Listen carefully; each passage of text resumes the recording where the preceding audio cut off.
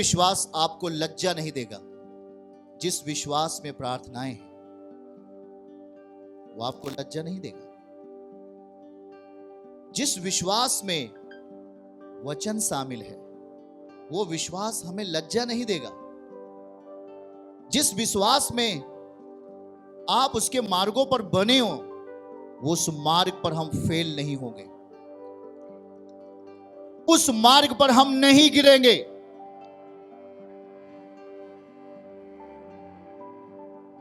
क्यों कहते हैं मेरी बाट जोता रहा? अगर आप उसके बाट नहीं जोए तो आपके अंदर का विश्वास टूट जाएगा। अगर आप उसके मार्ग पर नहीं बने तो आप चमत्कार की आशा मत रखो। उसके मार्ग उसके वचन से सिद्ध होते हैं, उसके मार्ग उसके वचन के द्वारा प्रमाणित होते हैं, उसके मार्ग उसके स्वभाव के द्वारा दिखाई देते हैं। किसी ने कहा भाई मैं अभी 6 महीने से आता हूं पर मुझे कुछ समझ में नहीं आ रहा। ध्यान से एक बात नोट करके सुन लीजिए। पढ़े लिखे लोगों को जब बाइबल दिया गया और कहा कि आप इसे पढ़ना शुरू करें, उन्होंने कहा मुझे 2 साल नहीं, मुझे 4 साल कुछ समझ में नहीं आया। वो पढ़ा लिखा व्यक्ति है पर उसे वो बातें समझ में नहीं आई जो आत्मा कह रही है। आपका ज्ञान जो आपके दिमागी ज्ञान है वो चीज बाइबल नहीं है, वो एक आत्मा है। और आत्मा को पकड़ने के लिए, आत्मा को अपने अंदर सिद्ध बनाने के लिए आपको आत्मा के साथ होना पड़ेगा। और जब आप आत्मा के साथ होना शुरू होंगे तो ये कैसे होगा? यहोवा की बाट जोहता रहा, उसका वचन लो और कहो प्रभु आज से मैं तेरे मार्गों पर बना रहूंगा। ध्यान से सुने, जब आप उसके मार्गों पर बनेंगे, उसका मार्ग अलौकिक है, उसका मार्ग सामर्थ्य से भरा हुआ है। वो हमें लज्जा हमारे जीवन से बाहर करेगा जब हम उसके मार्गों पर बने रहेंगे। उसका वेट करो मेरे भाई और बहनों, उसका इंतजार करो। आप बुलाए गए हो स्वर्गीय राज्य के लिए, आप बुलाए गए हो स्वर्गीय राज्य के लिए। हम बुलाए गए हैं स्वर्गीय जीवन के लिए। बगल वाले का हाथ पकड़ के हिलाओ, हम बुलाए गए हैं स्वर्गीय जीवन के लिए। Hallelujah, hallelujah. क्या आप विश्वास करते हैं?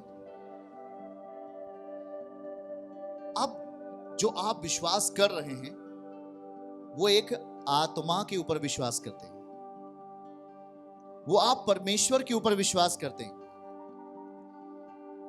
और जो चीजें आप विश्वास कर रहे हैं वो चीजें प्रमाणित होंगी, वो चीजें दिखाई देंगी, वो चीजें महसूस होंगी। आज शैतान क्यों रोकता है आपको यीशु के पास आने से? दुष्ट आत्माएं आपको मना क्यों करती हैं? वो कभी नहीं चाहते कि आप यीशु की सच्चाई को जानो। आपको पता है परमेश्वर कहता है जब सर्वसिद्ध आएगा, वचन लिखा है कि जब सर्वसिद्ध आएगा, जब यीशु मसीह आपके जीवन में आएगा तो आपके अधूरेपन को मिटाएगा। पर हम अपनी लालसाओं को फ्रंट पे रख देते हैं। हम अपने भौतिक ज्ञान को यीशु के आगे रख देते और कहते नहीं नहीं मैं बहुत पढ़ा लिखा हूं, मैं बहुत ज्ञानी हूं। मेरे प्रिय इस बात को समझो, आज प्रभु आपको क्या कहना चाहता है। चलिए जल्दी से हमारे साथ पढ़िए 2 पतरस 1 अध्याय 3 पद से लेकर 8 तक पढ़िएगा। 2 पतरस 1 अध्याय 3 से लेकर 8 तक। और वहां हम इस बात को समझने का प्रयास करेंगे कि देखो क्या होता है जब आप परमेश्वर के साथ नियमित होते हैं। क्योंकि उसके ईश्वरीय सामर्थ्य ने, क्योंकि उसके ईश्वरीय सामर्थ्य ने सब कुछ जो जीवन और भक्ति से संबंध रखता है हमें उसी की पहचान के द्वारा दिया है, जिसने हमें अपनी ही महिमा और सद्गुण के अनुसार बुलाया है। कहिए आमीन। 4 जिनके द्वारा उसने हमें बहुमूल्य और बहुत ही बड़ी प्रतिज्ञाएं दी हैं। आमीन। ताकि इन प्रतिज्ञाओं के द्वारा तुम उस सड़ाहट से छूटकर, सड़ाहट, बगल वाले को, सड़ाहट से छूटकर जो संसार में बुरी अभिलाषाओं से होती हैं, ईश्वरीय स्वभाव के हिस्से बन जाओ। 5, और इसी कारण तुम सब प्रकार का यत्न करके, यत्न करके, प्रयास करके, सब प्रकार का प्रयास करके अपने विश्वास पर सद्गुण, और सद्गुण पर समझ, और 6 समझ, और समझ पर संयम, संयम पर धीरज धरते हो, धीरज पर भक्ति करते हो, और 7वां है भक्ति पर भाईचारे की प्रीति रखते हो, और भाईचारे की प्रीति पर प्रेम बढ़ाते जाते हो। 8वां, क्योंकि यदि ये बातें हर एक विश्वासियों में वर्तमान बनी रहें, हमेशा ये बातें अगर बनी रहें और अगर वो बढ़ती जाएं, ये सही बातें बढ़ती जाएं, तो वह तुम्हें हमारे प्रभु यीशु मसीह के पहचान में निकम्मा और निष्फल ना होने देगा। निकम्मा और निष्फल ना होने देगा। हालेलुया। बगल वाले से बोलो, हमें निकम्मा नहीं होने देगा, हमें निष्फल ना होने देगा, क्योंकि मैं उसी की बातों में, यीशु की बातों में बन गया हूं, नियमित और बढ़ रहा हूं। उसने कहा तू प्रेम में बढ़ता जा, उसने कहा तू भक्ति में बढ़ता जा, तू धीरजवंत में बढ़ता जा, तू संयम में बढ़ता जा, और ये बातें तुझमें वर्तमान रहें। क्या रहें?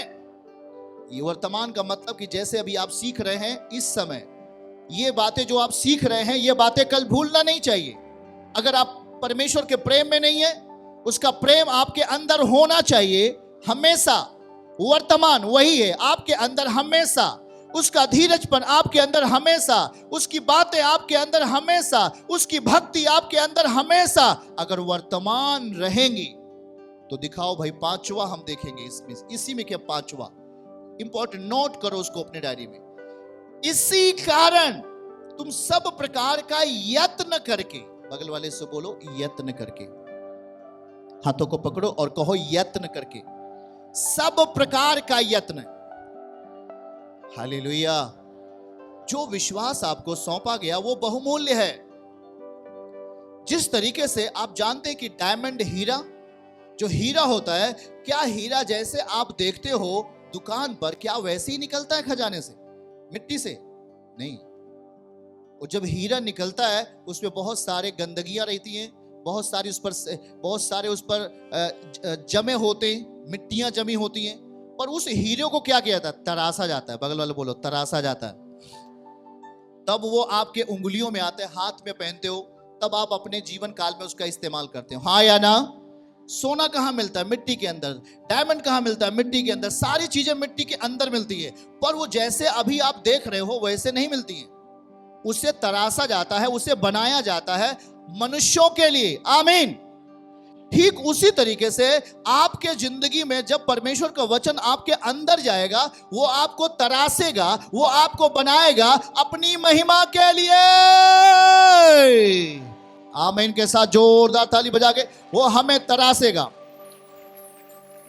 बगल वाले का हाथ पकड़ के बोलो, वो हमें तरासेगा, वो हमें बनाएगा, वो हमें अच्छा बनाएगा। हालेलुया। देखो देखो, पांचवा पद फिर से दिखाइए इन्हें समझना है। इसी कारण, बोलिए इसी कारण तुम सब प्रकार का यत्न करके, क्या करके भाई? यत्न करके। आज आप यहां पे आए, क्या करके आए? यत्न करके आए। यत्न का मतलब होता है प्रयास करके आए। आप प्रयास करके आज उसकी मस्सा में बैठ गए। आपके लिए आज आपकी लॉटरी लग गई एक तरीके से। आपने यत्न किया और आप उसके मस्सा में, उसके अभिषेक की सेवकाई में बैठ गए हो। आपने यत्न किया, और बाइबल कहती है सब प्रकार का यत्न, मतलब आप अपने विश्वास को चमकाने के लिए, ध्यान से सुनना, अपने विश्वास, अगर आपके विश्वास के ऊपर धूल और मिट्टी जम गई है, क्योंकि आपने उस विश्वास को तरासा नहीं। आपने उस विश्वास को, जो विश्वास को चाहिए, आपने उस विश्वास को दिया नहीं। वो विश्वास प्रार्थना चाहता है। आमीन। हमारे भाई और बहनों, वो विश्वास प्रार्थना चाहता है, वो विश्वास उपवास चाहता है, वो विश्वास को वचन चाहिए, उस विश्वास को आज्ञाकारिता चाहिए, उस विश्वास को संयम चाहिए, उस विश्वास को धीरज चाहिए, उस विश्वास को मार्गों पर बने रहना चाहिए। वो तरासा जाएगा। और इन्हीं कारण से आप ये सब प्रयास करते, ये सब यत्न करते हैं। आप प्रार्थना करते, ये आपका यत्न है। आप वचन सीखते, ये आपका यत्न है। आप चर्च आते, ये आपका यत्न है। आप वचन सुनते हैं, उस पर चलने का अभ्यास करते, ये आपका यत्न है। और सब प्रकार का यत्न, एक यत्न से काम नहीं चलेगा। आपको सब प्रकार का यत्न करना पड़ेगा। और जब आप सब प्रकार का यत्न करते हैं, प्रार्थना करते हैं, विश्वास तरासा जाता है। वचन पढ़ते हैं, विश्वास तरासा जाता है। और वचन को सीखते हैं और उस पर चलते हैं, विश्वास तरासा जाता है। और जब आप उसकी आज्ञाओं को अपने जीवन में पूरा करते हैं, वो विश्वास चमकने लगता है। हालेलुया, आमीन के साथ। फिर आप ये कहना भूल जाओ कि मेरे लिए आशीष है। आशीष के दरवाजे अपने आप खुलेंगे यीशु मसीह के नाम में। यह विश्वास का कार्य है। हालेलुया, यह विश्वास का काम है।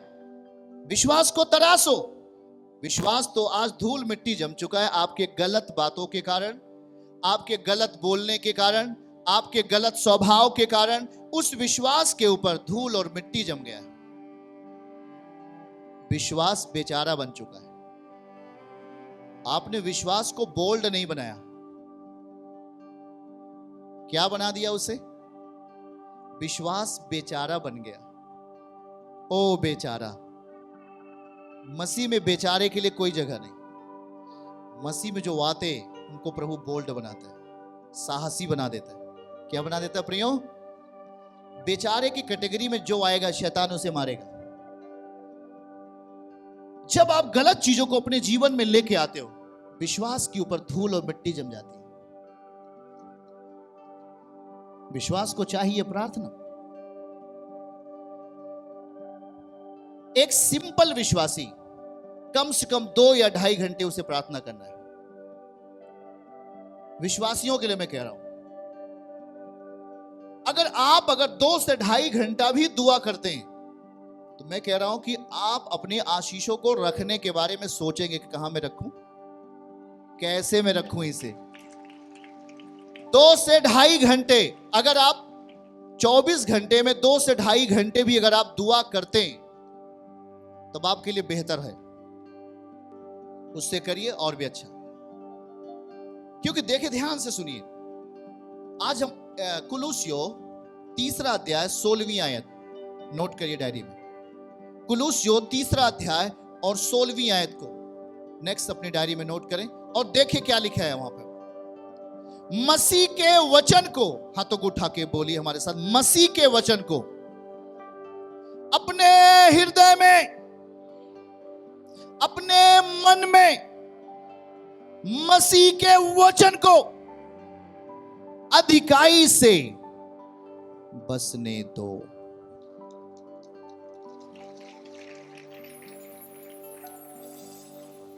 उसे बसने दो।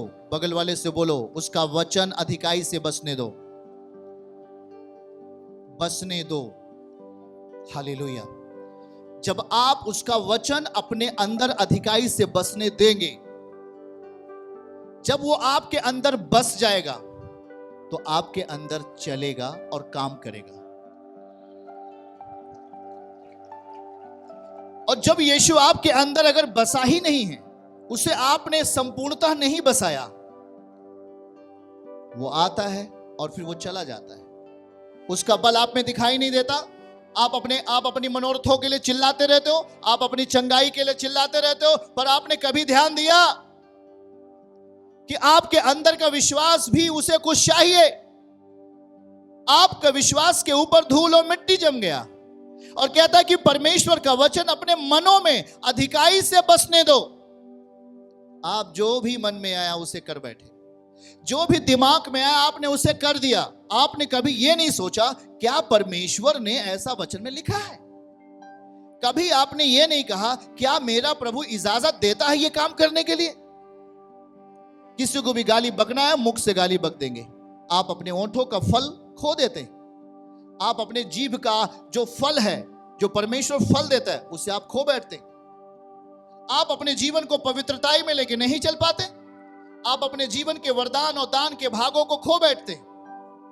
परमेश्वर कहता है मैं तुझे तो देना चाहता हूं, पर क्या मैं तेरे अंदर बसा हूं? क्या मैं तेरे अंदर रह रहा हूं? क्या तू मेरे मार्गों पर बना है? क्या तू मेरी इच्छाओं पर बना है? और जब हम उसकी इच्छाओं पर बने रहते हैं, उसके मार्गों पर बने रहते हैं, तो उसका वचन पूरा होगा कि वो आपको बढ़ाकर पृथ्वी का अधिकारी करेगा, यीशु के नाम में। चर्च की सभी प्रार्थनाओं को और परमेश्वर के दास के द्वारा टीचिंग सुनने के लिए और अपडेट्स को जानने के लिए हमारे इस चैनल को सब्सक्राइब करें और साथ में बेल आइकन को दबाएं, ताकि जब भी लाइव प्रार्थना हो तो सबसे पहले आप देख सकें।